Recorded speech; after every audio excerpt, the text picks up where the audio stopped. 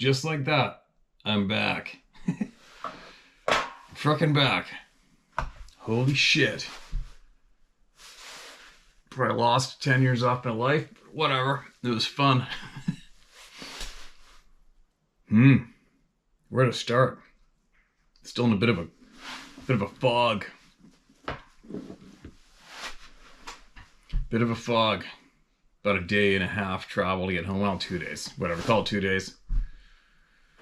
Travel to get home, driving in sleet, snow, ice, and fog. What a pain in the butt. But made it safe. Where to start? I don't even know where to start. I don't even know what to say. It's funny.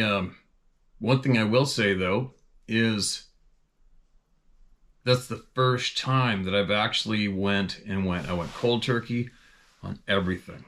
You know, I haven't skipped sharing voices on here for how many years? For maybe the odd time, maybe the longest time might have been 2 or 3 days because of glitches or something, but I haven't actually went and focused on something that I love to do in a long time. Like absolute block everything out, don't do anything but. I didn't even put a video camera in my pocket, which I normally do. I'm always trying to make sure I got a video camera ready to video stuff so I can share it. It's a real different kind of experience. I'm not sure if I can put it into words. I don't know if I can put people there with me to understand that don't get it. I don't know. I left some trail cameras out on my last elk hunt in some places where I knew there would possibly be a big old buck or more. And sure enough, from the very beginning, I got there. I got to the woods. And I checked a couple of these cameras out, and sure enough, there's this great, big, huge old buck.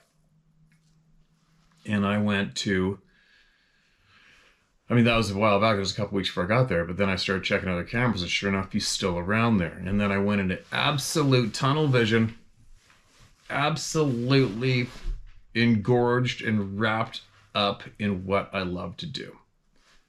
And I blocked everything out. It's like I left the planet for a little while. I can't describe it. It's like I leave and go somewhere else. And Adventure Dog's super stoked I'm back. She's getting freaking huge. I just gave her a big juicy bone with a lot of meat on it. But anyway, so what I did was physically, just so you know, I would get up on at 5 o'clock in the morning, be in the woods before sunup. I would spend my morning specifically trying to hunt this buck in a little bit of an area. No show, no nothing. Then I would start doing my rounds, and I would start doing big hikes for the rest half of the day, trying to figure out where he's going and coming from, because it seemed like he was showing up every second day on a trail camera or whatever, right? So, okay, I'm getting ahead of it. I'm probably not making any sense. The buck was entering this area where I got my huge buck last year, but he wasn't staying there. There was no does there, so he would take off and come back. And take off, come back. Sometimes at 10 in the morning. Sometimes at 2 in the morning. Sometimes at 8 in the morning. All around the clock. So you could not accurately guess where he's going to show up. And I was trying to figure out where he's coming and going from on average. And I was just starting to narrow it down. And why I'm building up to why I'm sharing this with you. I know there's not a lot of enthusiastic hunters here, but there's going to be a part of this story that all of you, I would imagine, would find interesting.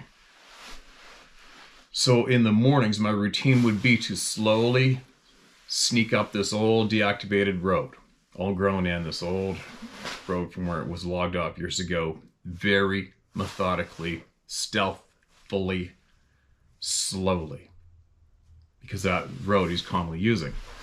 And I would sneak my way up there.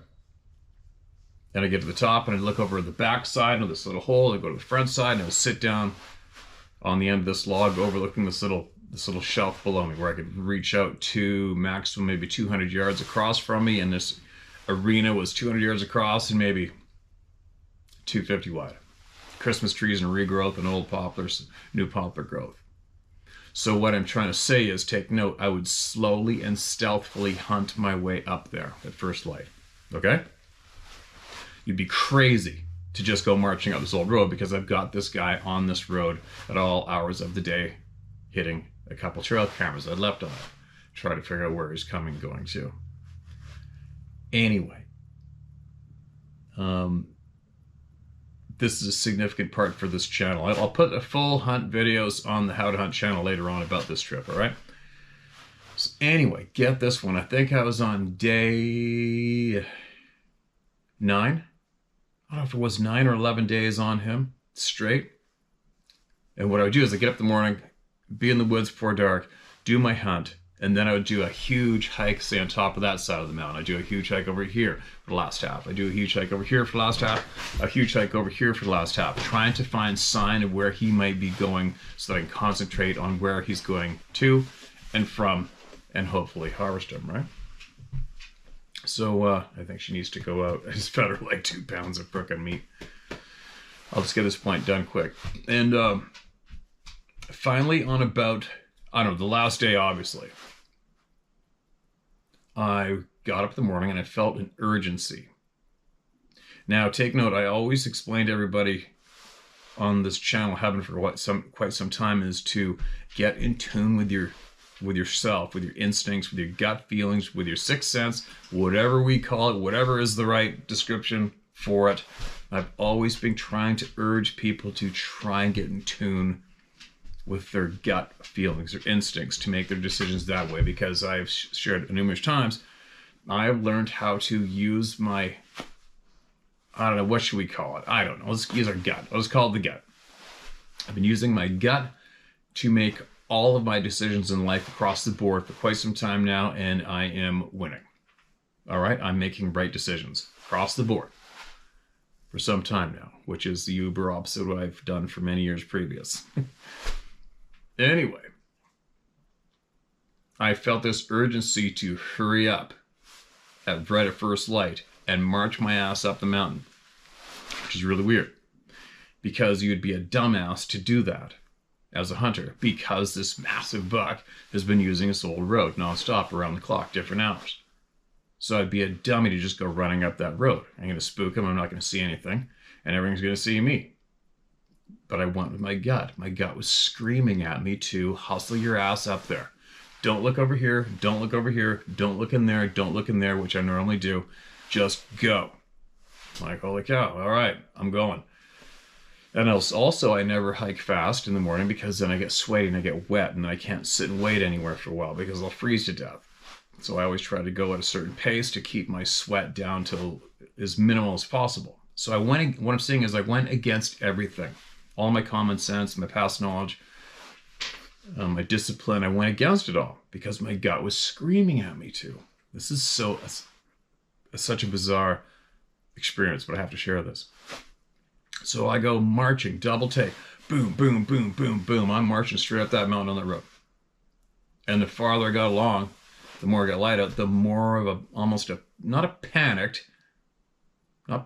but an urgency. Urgent, hurry up, go, hurry, hurry, hurry, hurry, hurry. I'm like, what the hell's going on, right? And I was sweating and huffing and puffing. I mean, I was sweat just coming up my face. I'm going up the old road. I get to the top where I got to sneak straight up on the flat top, and then I sneak out to the right, and then I peek down to that open area.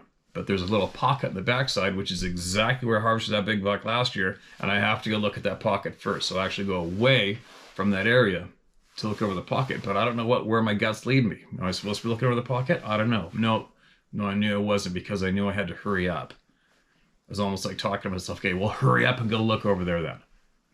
It's almost like my gut knew it was a waste of time. It's just, I'm trying to explain it. It was very odd, but very clear. It was very clear. The message my gut was giving me was absolutely clear. And now I'm basically run walking to go look over there, look. No, he's not here, he's not here, he's not here. Get over there.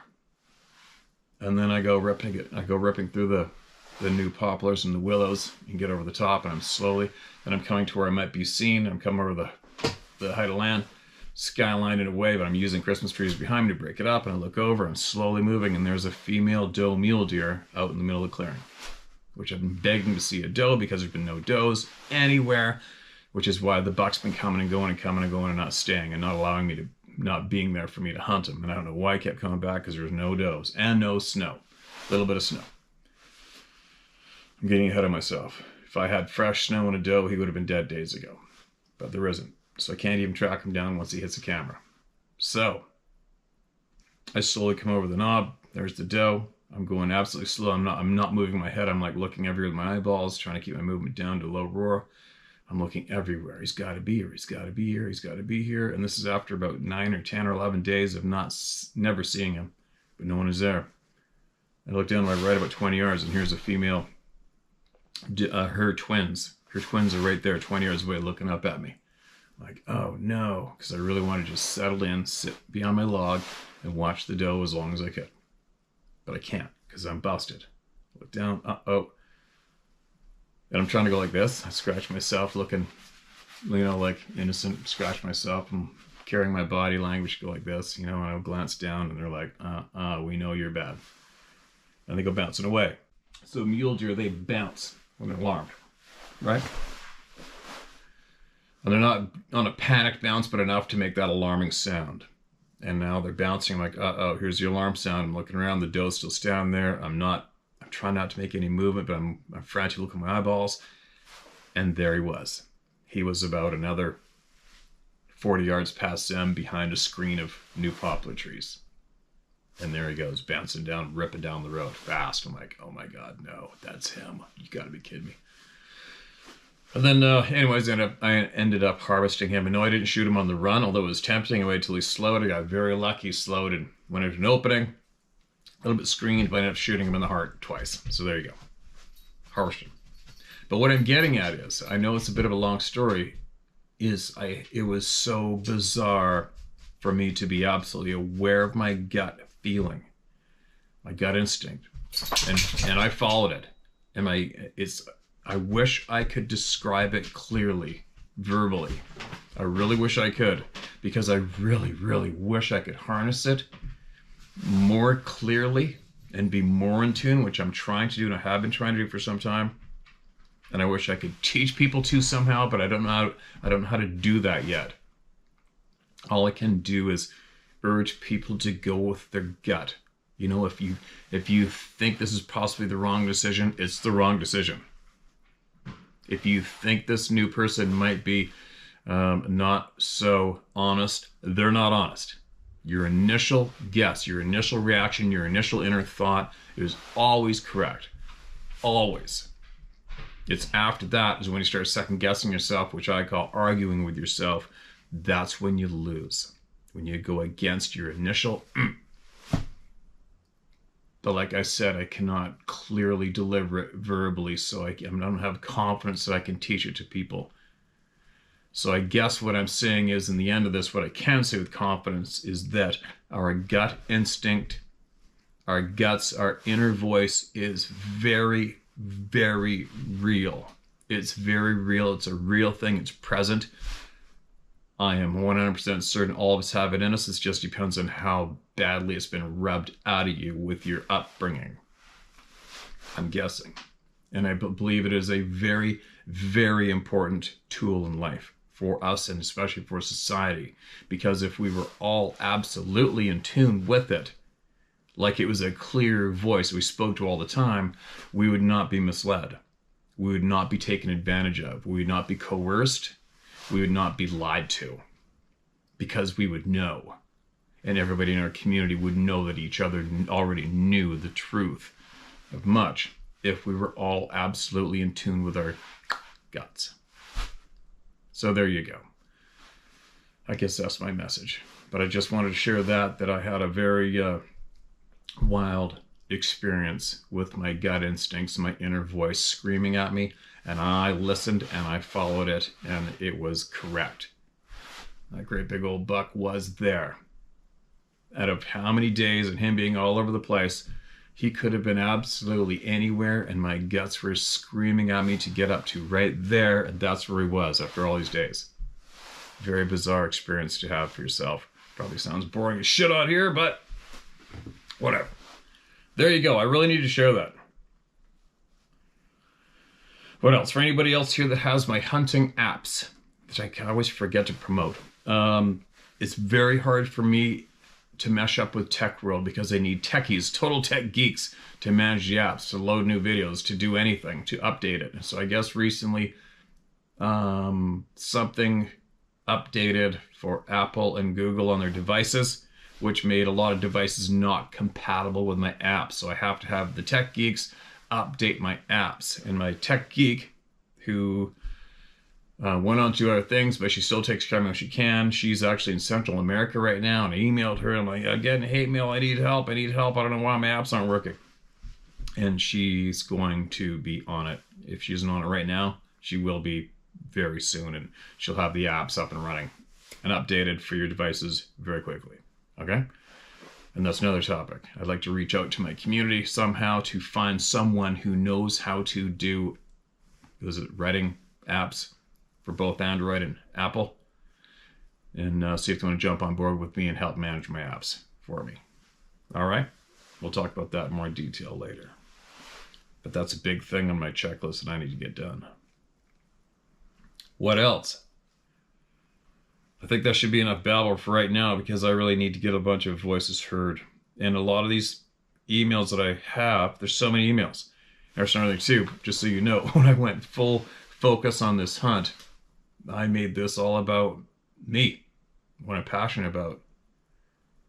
I did not check my emails. I didn't do anything. I didn't go online. I didn't put the video camera in my pocket. I didn't make one video. I didn't do anything. I went full tunnel vision on the hunt, my surroundings, being in nature, and enjoying and connecting myself with the real world the whole time. The whole time. So I'm behind in a million emails. A lot. So I do recall that we had a lot of emails in the previous video to this share video, and I had some emails come in here which were related to that video. If that makes any sense. So let's start with this one. This is about, man, I can't even recall the last. This totally ties into my last video on this channel that I posted before I went on the hunt. All right. This is about the hybrids. This man knows a lot about this topic. A lot. And he is absolutely accurate, as far as I'm concerned. Now, why are they what they are? So tell us email. You just got a description of the baboon type of hybrid, Sabe-like, from the woman who sent you the pictures at the chicken pen. All right, remember that. This observation was at a different time than the chicken event. The baboon type is bipedal, has a baboon snout, but otherwise looks like a Sabe. We have the Sabe, with a hooded, human-like nose, nostrils, and are not open outward like a gorilla, long arms, and relative to the human proportions, completely different. Legs are shorter, arms are longer, upper body is longer, and no neck above the shoulders. Where did these proportions come from? What makes the Sabe look like that? The point I'm trying to make here is that that description I've seen many, many times, and people are confused as to why there could be such a different Sabe. People are confused as to why there are dog-like hybrids, goat-like hybrids, ram-like hybrids. Over the years, I've seen photos of all of them and heard many encounters with these different hybrids. When I found Dogman, that thing's still working? Yeah. When I found Dogman prints that were unmistakable, I had to pause. I don't like what the Dogman is or has been reported to be. They are on record, slaughtering people indiscriminately. The whole family was viciously slaughtered at Land Between the Lakes camping area. They have both really bad ones and ones that give you the impression that if they wanted to, they would do the same to you but don't. And those are the good ones. I've known people who say they are not bad at all, but misunderstood. Some people nearly worship Sabe. It is critical to stay neutral. Why so many different hybrids with animal-like features? They all have height in common, so there must be some commonalities in genetics. How did the Sabe get the hooded nose? just getting your brain aligned here, we really are a lot smarter about how this came about than we realize. We talk about apes. I can tell you that if it has those features, there is involvement. But involvement is very limited and specific. These were engineered. They were carefully created from a central formula with add-ons in very specific locations in the genetic chain. According to the only place I can find this written, there were originally 200 different animal species used, and that's a lot. I'm guessing there are less than 20 still existing today. One version, a very early crude translation. The 200 angels sized 200 donkeys, 200 asses, 200 sheep and rams of the flock, 200 goats, 200 beasts of the field from every animal and from every bird, for experiments in inbreeding with humans and all types of miscegenation. Hope I pronounced that right. A more descriptive overview. These fallen angels knew the secrets of all things. At this time, sin was great on earth. The wicked angels killed many people and begot giants with mortal women. The wicked former angels consumed everything that the earth produced, the great fish, the birds in the sky, all the fruit of the earth, all kinds of grain, the fruit of the trees, even beasts and reptiles they committed sin against. All the creeping things of the earth, they observed/watched all earthly things. They performed every harsh deed with harsh utterance upon male and female creation and upon/among humanity itself. 200 angels have been persuaded to leave heaven for the earth. The 200 angels seized 200 donkeys, 200 asses, 200 sheep and rams of the flock, 200 goats, 200 beasts of the field from every animal and every bird, for experiments in inbreeding with humans and all types of miscegenation. As a result, monsters were created among all perversion due to mingling animal seed with mortal women, similar to Egyptian gods, satyrs, and possibly even dinosaurs. The historian Josephus mentions that Enoch had business in Egypt, then called Syriad. The monsters sought out flesh, which could be destroyed or perverted. Monsters and giants would arise, who were lacking in true knowledge because they were abominations. Meantime, the earth grew ever more corrupt, and the giants more mighty. They considered trying to persuade other angels to come upon the earth, otherwise their tyranny might ultimately perish and die. All the time they were causing great corruption in the earth. If this aim did not suffice to perpetuate them, they would be finally destroyed, they believed. The fallen ones defiled all creation and begot giants and monstrous creatures and corrupted all the earth, which was defiled by bloodshedding at the hands of the giants. But this did not suffice them, and they were seeking all the time to devour/destroy many/much more. The monsters attacked all creation. The, quote, for experiments in inbreeding with humans, end quote, line was added to explain sort of what was going on.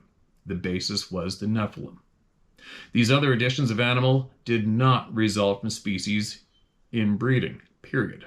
It was very specific genetics splicing that took place, and humans played a very, very minor role. We've already learned enough from DNA work that backs my assertion that these shared a formulaic genetic recipe. I'm never going to say that this verifies some theory.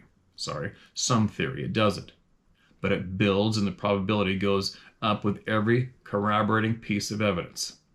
In the field of UFO and Sasquatch, absolute verification is fleeting. But then again, it is pretty damn fleeting when it comes to academia's assertions regarding evolution of mankind. I've studied so many different kinds of historical records. It is a difficult matter to convey the layers of understanding that accumulate with decades of exposure. I've learned discernment pretty well, and there are so many people with way more expertise and thoroughness than me doing these same types of studies, and the conclusions are very similar. I reach out to them, and after doing this for years, I have one who is interested in assisting in giving this matter better definition and context. Context is everything. If we know why these things happen, then it begins to make sense. I fully suspect the next effort on the DNA side will definitely answer or confirm many of the assumptions we currently have. That is huge. But it has to happen before we can have certainty. There were at least 200 different animal species blended originally into a large bipedal hybrid form. Some hybrids had enough of the genes to pull those animals' natural tendencies into their behaviors. Bluff charging on all fours, escaping on all fours, sabe, sitting and watching prey from a crouch on all fours, dogman. Much of what I'm telling you are my own determinations and ideas. The DNA work that I know of verifies my assessments. So it tells me my assessments are correctly based. But until I know it is okay, I won't talk about this too much. I'm looking for real answers to share, but the verification has to be in place and is just not there entirely yet. They will be shared when the time is right and the verification is in place. The reason that these creatures were created should be the focus more than what they are. We already individually have our own sense of what they are. Who wouldn't recognize a dog or a baboon or a ram? The woman whose account you read hit it right the first time. Baboon. There you go. Now that comes from a man who's been digging a long time. Digging a long time. And has accumulated a lot of knowledge. A lot more than me, that's for sure. Take from what you will. Or leave it. But one thing for me, and I never, ever, I don't need anybody to jump on my bandwagon when it comes to anything. I just don't. What I do need is, I need everybody to have fair crack at all the knowledge they can be exposed to, so that their gut instincts can tell them what's legitimate or not, so they can take from what they need or leave the rest. That's what I need. I really, really need that. That'll make a huge difference in this world and in our societies today, right? But from what I've learned through my digging and my listening, without a doubt, these beings are hybrids. Without a doubt. They also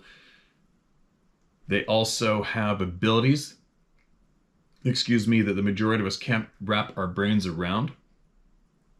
Maybe, possibly, we share those abilities and they've been intentionally rubbed out of us, which would not surprise me the slightest. But for me, at this point of the game, and for quite some time now, I can say with confidence that these beings that so many people have tried to keep you believing were an unrecognized monkey or gorilla, these are not. These are hybrids. Without a doubt, intentionally created hybrids. The proof's in. The proof exists. And there's a lot of people that came to that assumption a long time before me because they were involved with gathering the proof and dissecting it and being forced to accept it. Because they saw it. They know. Now, why the pushback? There's a question for all you who are following along and digging yourselves. Why the pushback? Why such fierce pushback? But we see pushback nonstop in society, especially today. Any truth, any significant truth with significant stories going on today on the planet, any truth is receiving massive pushback, right? So I'm just saying, pushback is something to be investigated. Why the pushback? I'm starting to figure out why for myself, but I'm not ready to blurt it out publicly yet. So there you go. For all of you who are on the same page, there you go. For all of you that are on the first step, trying to catch up to us, which we're probably about on the 500th flight of stairs now. Keep listening. Keep listening. Now, who else? Okay, hold on a second.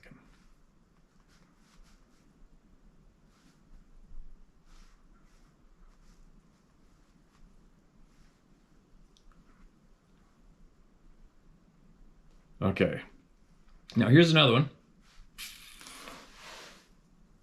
And this was, remember we had a 12-year-old boy email us on my last email, on my last video share of emails. Okay? Remember that? This is titled Grandfather of 12-year-old Caden. All right. Because I urged him to get his grandfather to email us and his experiences too. And he emailed us. Hello, Steve, and everyone in the club, no return. My name is Ken, and I am the grandfather of my now 14-year-old grandson, Caden. And yes, we were up on the mountain by Brian Head, Utah when his encounter happened. I'll go ahead and share my story with you and all the people. So back in '78, when I was 13 years old, living in Anchorage, Alaska, I was in the Boy Scouts, and we were on a 50-mile hike across Resurrection Pass. We started on a Monday morning. Little did we know, a group of Civil Air Patrol kids were on that hike as well.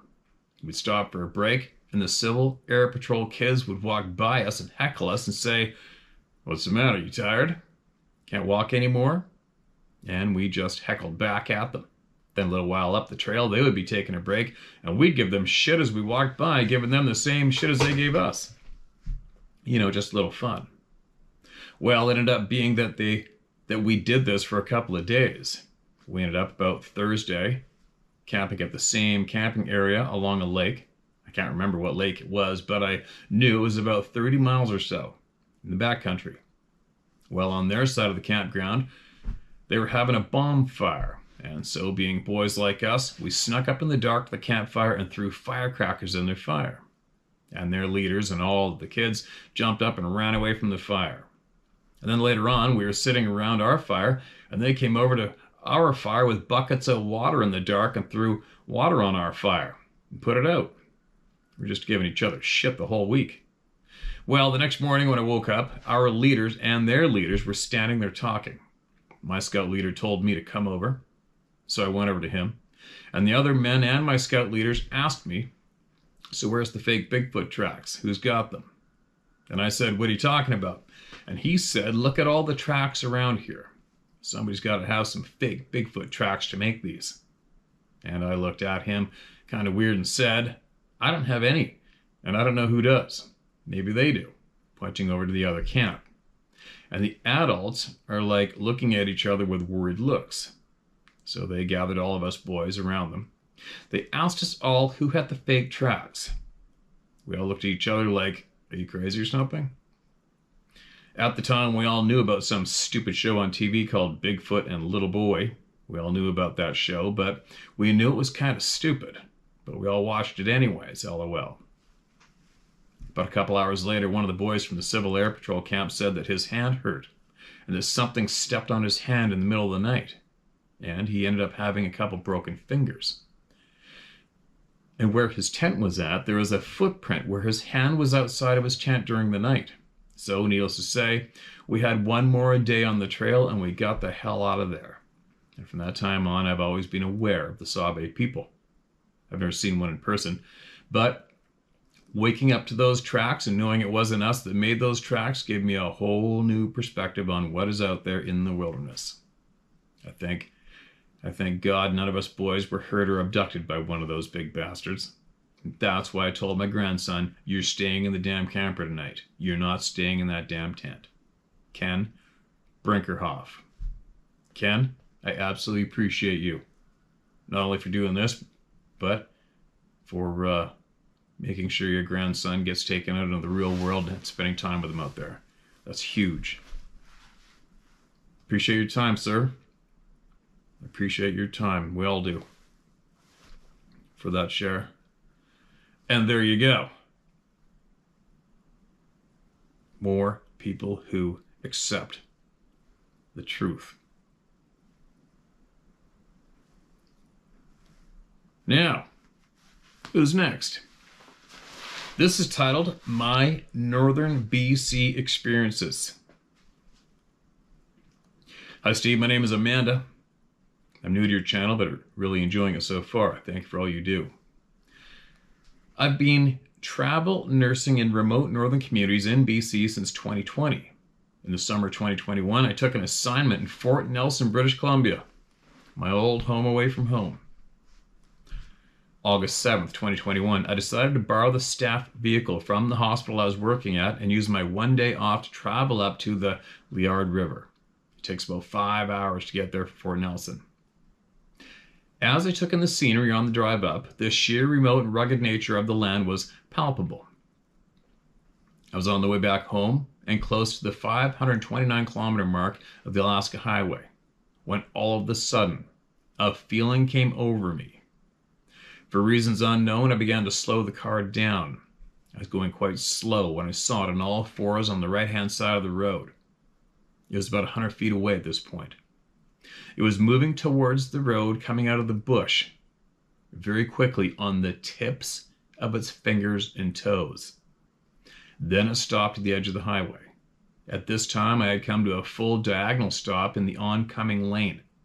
This creature was now about 20 feet away. It got up on two legs and appeared to be somewhere around 9, maybe 10 feet tall. It was covered in matted gray/brown hair that looked like dreadlocks. It had a solid muscular build. It walked in a very strange manner that is hard to describe if you haven't seen it, and crossed the paved part of the highway in 4 strides. It did not look directly at me, but was very aware of my presence, and I felt it inside my mind when it walked in front of the car. I was completely frozen. I couldn't have moved if I wanted to. Here's the wildest part of all. Parts of this creature were partially transparent. These parts would fade from visible to transparent over its entire body as it crossed the road. The transparent parts of the creature appeared blurry, or almost made of water, if that makes sense. It was the strangest thing I've ever seen in my life. I watched it disappear into the trees on the other side of the road. After a while, I collected myself and drove the remaining 75 kilometers back to Fort Nelson. Fast forward 3 weeks later. Picked up a friend and took him up the Alaska Highway. We made it to Muncho Lake before returning around to head back as we both worked in the morning. We were within 5 kilometers of the spot I had seen this creature a few weeks back. It was 2 a.m. And we see this big buck going crazy in the middle of the road. It kept running in and out of the bush and onto the highway. We pulled over and stopped in the hopes the deer would leave the road so we could pass without hitting him. Our friend got out to take a pee. I got up to stretch my legs, and suddenly the buck ran up the steep hill on the other side of the road. It never made it to the top. It disappeared into a patch of small trees, and what followed were some of the sickest sounds I've ever heard. Bones snapping, one after the other. Then complete silence. Eerie silence. All of a sudden, 2 bright blue eyes that looked like blue LED lights the size of tennis balls lit up in the dark just above the spot where the buck charged in. The eyes seemed to create their own light and were so bright I could see a wide nose along with the eyes staring down at me from the hill. It never blinked. It just stared as if to say, "Get out or you're next." My friend finished his bathroom break and I pointed to the creature staring down at us and said what I had seen. He just said we should get out of there. I've had some other strange experiences out there as well as other places. Looking forward to traveling Alaska Highway again someday. I know you mentioned that you've never seen anything goofy along that stretch, so I hope this inspires you to keep trying in that area. They're definitely there. Thanks again, Steve, Amanda. Well, there you go. Now, this is what I can add to that from my personal first-hand experiences. Oh my God, I'm so freaking tired still. I feel like I could sleep a week. 75K, so I'm guessing that was around Steamboat for sure. I already know it is around Steamboat. Just so all of you know, and you, Amanda, I guided in that area starting over 20 years ago. And I used to spend July, August, September, October up there. Mainly out of Toad River, which is between Fort Nelson and Macho Lake, as you know, Amanda. Now, years ago, and I believe I shared the story and the photos in the past, I was with a couple of characters in this other outfit who I guided for, whose camp was just past Tetsa River. Now, Tetsa River is the first gas stop on the left when you leave Fort Nelson, and that is as well just beyond the area that Amanda just mentioned. And we were dropped off there, right around where Amanda mentioned her experience. And we were dropped off, and we were to ride to the north side of Alaska Highway, way the hell back. I believe we're at the head of Cledo Creek, Kledo. You can Google that up on the maps, Cledo Creek. And there was no roads back there. I believe there's roads now, but there was nothing. We're talking nothing. But miles of spruce, miles of swamp, birch, poplar, whatever you want to call them. Tons of moose, grizzly bears, everything, right? But we're more down in the flats on the east slopes of the Rocky Mountains. And we're to ride back there and break open the old camps that the outfitter had. And these were made by the other previous outfitter, Cliff Andrews, who passed away. And he was noted as making the most horrendous horse trails, which he did. I'll tell you what, it was nasty. What an adventure. Anyway, one of the camps we got to is the head of Cledo Creek, I believe. And there was a cache there. And a cache is a platform built on top of tree trunks with about a 4-foot overhang all the way around, 4 to 5 foot overhang, so that nothing can climb up there. And I believe that one has sheet metal wrapped around the base of the 4 poles too, so that really nothing can get up there. The claws even try to. And I took photos of this, and I might have shared them here, and if I didn't, I'll dig them up and I'll share them later on. But there was scratch marks all over those poles, grizzly bears trying to climb up there. Now on top of that platform was, the Rubbermaid bins, with a bunch of those all packed in on horseback. A full camp was there. Rubbermaid bins, and had, cutlery and stoves and stove fuel and maybe spices and flippers and all sorts of shit in there. Matches, stuff you need to survive. And as well about a 150-pound wall tent, canvas wall tent, wrapped up and tied up. And that was all on there. And it was all tarped up previous. So as we were riding along the river and getting near to this camp, we started seeing debris all over the place, including the 150-pound wall tent, which was alongside the river. Not a tooth mark in it. Excuse me. When we got to where the cache was, the whole thing was completely cleared off. And it strewn about frickin' everywhere. And I'll never forget looking around thinking, so what did this? Right? And these two rednecks I was with, they didn't want to talk about or acknowledge that it was odd. They just started, cleaning stuff up. And I go, come on, you guys, what do you think did this? Oh, it's probably Wolverine. I'm like, a Wolverine?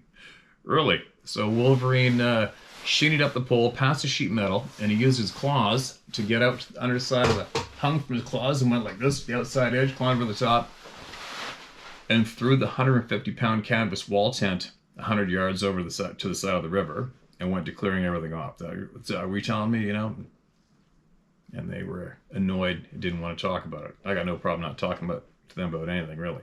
But anyway, there you go, Amanda. And that was definitely 100% in line with where you had your experience. Now moving along up to Muncho Lake. Muncho Lake is like my backyard. I know Muncho Liard, the whole stretch of that highway intimately. Every game trail almost.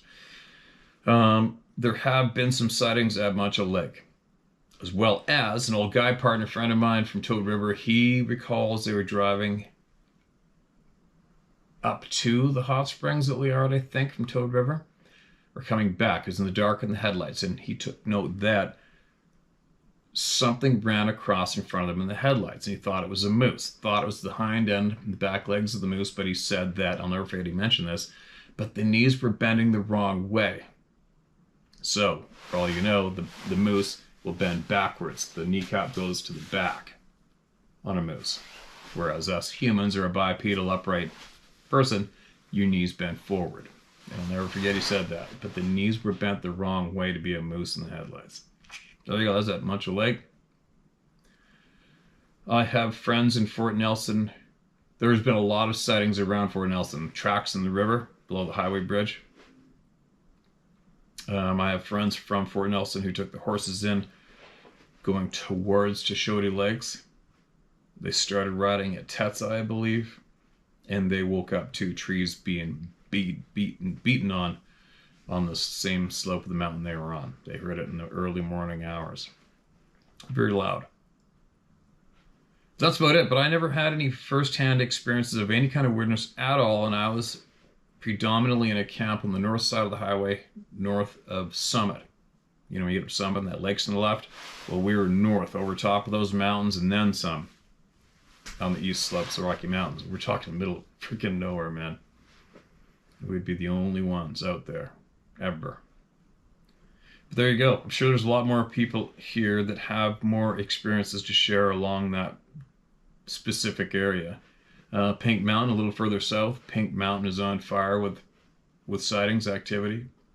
And then just a little more south of that is where I've been having my current experiences with the noise in the night, the knife showing up in my backpack, which I cannot say saw bait related myself, but it was a very, very, very odd experience. Very odd experience. But anyway. All right, I got a few things. I got to unpack my vehicle. I haven't done that yet. I got a bunch of stuff to deal with, including this big buck I got in the truck. I got to get the meat to the butcher to made, and we're going to get a bunch of yummy stuff made out of it. And get caught up and get back to being normal again. I've been a feral human being for a handful of days now, out of touch with everybody and everything. And I got to get my shit back together and then get back to regular sharing of every voice I can. Every voice I can. So anyway, the summary of this video shared today is the truth is going to be and is absolutely difficult for your average human mind to wrap around. That is something we can say, speak of with absolute confidence.